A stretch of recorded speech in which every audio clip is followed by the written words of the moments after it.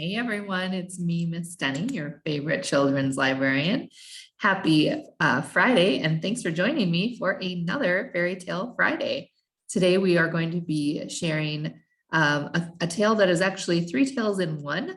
It is the Elves, or the Shoemaker and the Elves, and there are three stories all related. So let's jump right in. The Elves by Jacob and Wilhelm Grimm. The first tale. A shoemaker, through no fault of his own, had become so poor that he had only leather enough for a single pair of shoes. He cut them out one evening, then went to bed, intending to finish them the next morning. Having a clear conscience, he went to bed peacefully, commended himself to God, and fell asleep. The next morning, after saying his prayers, he was about to return to his work when he found the shoes on his workbench completely finished. Amazed, he did not know what to say. He picked up the shoes in order to examine them more closely. They were so well made that not a single stitch was out of place, just as if they were intended as a masterpiece. A customer soon came by, and he liked the shoes so much that he paid more than the usual price for them. The shoemaker now had enough money to buy leather for 2 pairs of shoes.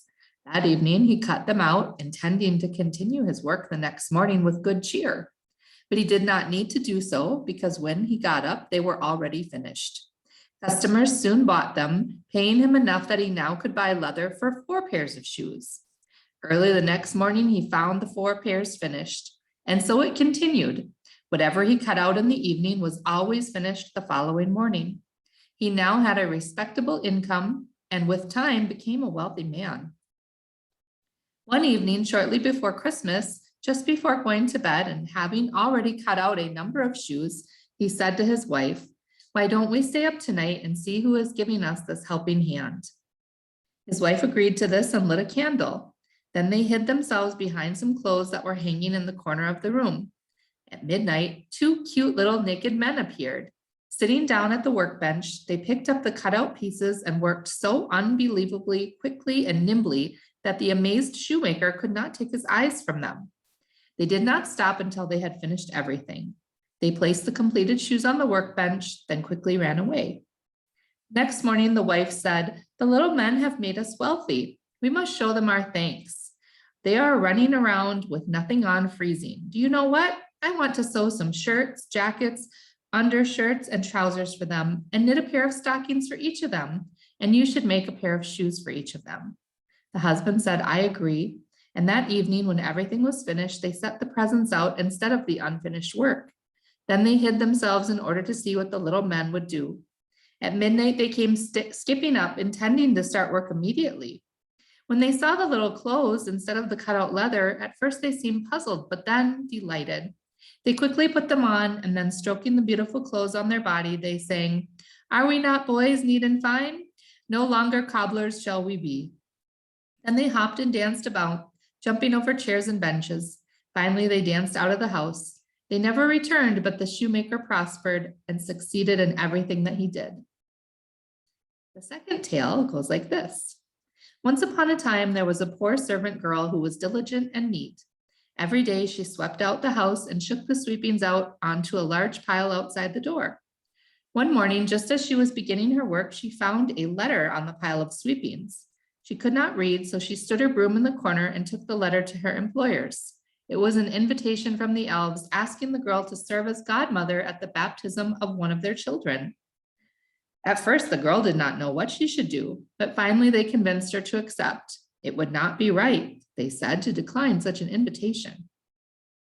The 3 elves came and led her to a hollow mountain where the little people lived. Everything there was small, but more ornate and splendid than can be described.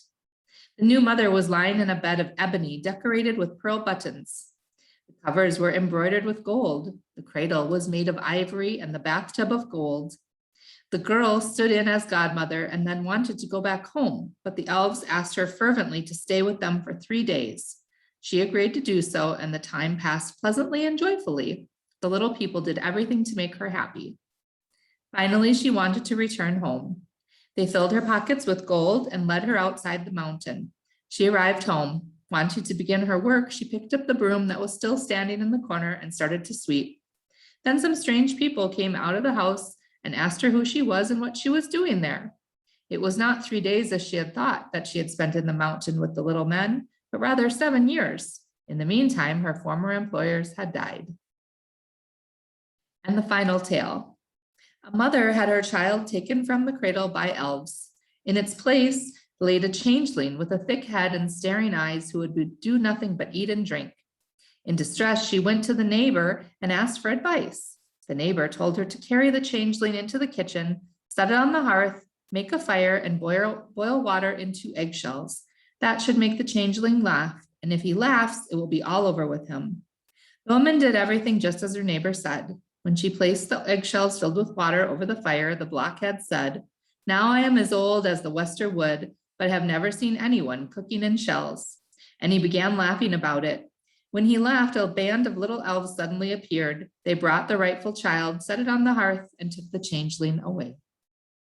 And that is the end for today. Join us again next time for another Fairy Tale Friday. Thank you, my friends. Have a good day. Bye-bye.